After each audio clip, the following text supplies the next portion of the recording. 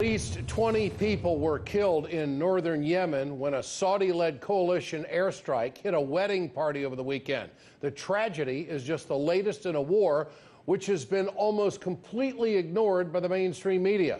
Anya Parampil has more tonight.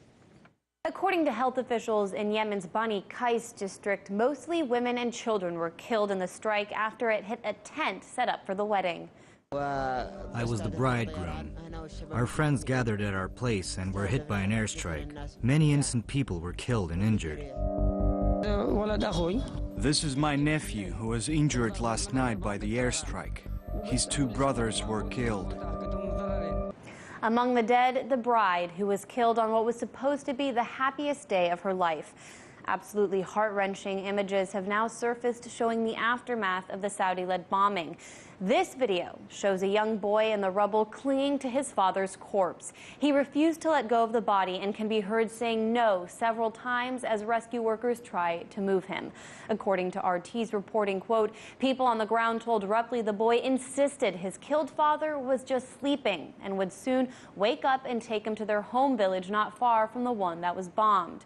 He most probably remained there for hours, judging by how some of the images were taken at night and some in the morning.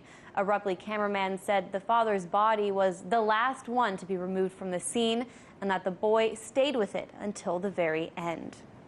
That boy has now become a symbol of the war which has been waged against Yemen since the Saudi-led bombing campaign began in March of 2015.